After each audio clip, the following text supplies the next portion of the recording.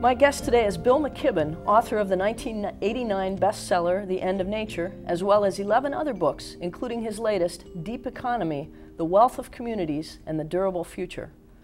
Welcome, Bill. Good to be with you. Americans use as much energy in 2 days as some use in a year. I think the statistic I used in the book might have been that the average American family, from the stroke of midnight on New Year's Eve to dinner on January 2nd, uses more energy than the average Tanzanian family, say, uses all the year through. That gives you some idea of, just what world champion consumers of things we are. Yeah. Does that mean we're using too much, or that other people need to use more, need to be able to use more? It means both. Okay. We're using way too much, and there are people around the world who have way too little. And the only way on a finite planet that we're going to solve the problem of people with too little is if we start figuring out how to do without some. Our old notion was that we would just keep, everybody would follow our path, and pretty soon the whole world would be driving cars and, eating steak every night and things. Sure. That's right. Mm-hmm. Well, it's a nice idea, but it runs straight on, we're beginning to realize, into really serious environmental truths. Plan A is not an option because there's not enough stuff to make it happen. That's true. Earlier this year, I guess, the Indians announced that they were going to start selling a car for $2,500, enough to allow the car to become a big part of it. Yeah. Well, if the Indians ever owned cars in the same percentage as Americans, the number of cars on the planet, now 800 million, in India alone there'd be about 1.1 billion of them. Wow. We don't have enough oil, we don't have enough rubber, and most of all, we don't have enough atmosphere into which to pour the results of that kind of life. So we've got to get serious about whether or not we can build an economy that works for us and that works for others. And for the rest of the world. And that also happens to, work on the one planet we happen to be given. Our culture, American culture, has been built on the principle that more is better and that we'll be happier if we can have more creature comforts. And so it seems like a generous gesture to want the rest of the world to rise to our standards.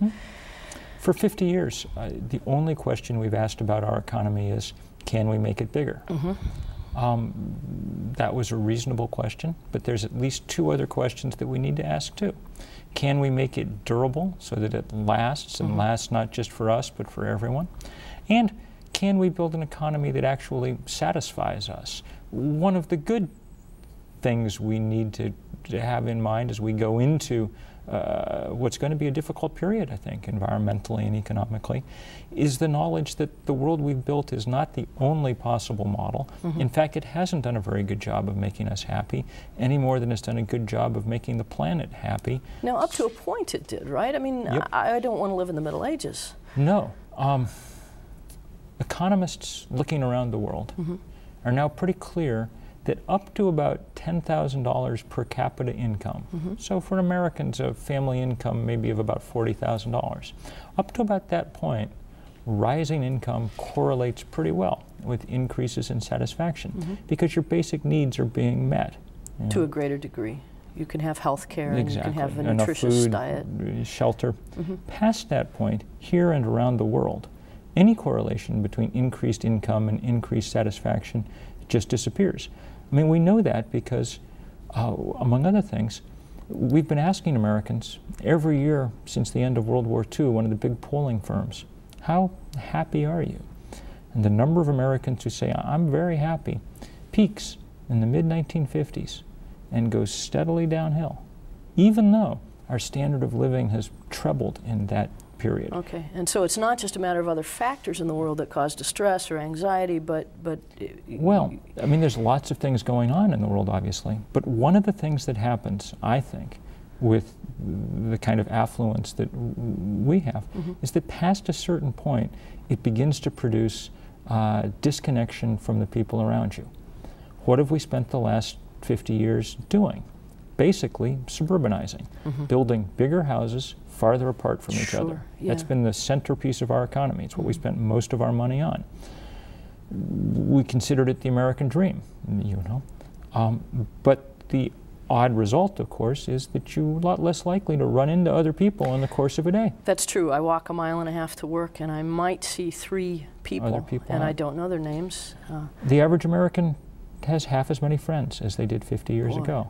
That's a pretty big indictment of whatever we've been doing. But we have cell phones. We do have cell so phones, we can stand next and to we each can other go and on talk to other people. Facebook, and there's that. But it seems not to have compensated in terms of sort of the pleasure and meaning in our lives for the kind of rich community that we've abandoned as we've tried to build very individualized lives. So there's a two-part problem here. The first is economic, is the assumption, and you hear it on the news every day. I heard it twice this morning. We talk about housing starts, we talk about growth, we talk about new jobs, increased production. All of those as good things. Political candidates talk about growing the economy, and I asked an economist colleague several years ago, why is growth always the standard of success? And he just said, well, that's a good question, and stopped there. And you're saying that it's not anymore. See the full interview at www.calvin.edu/innercompass.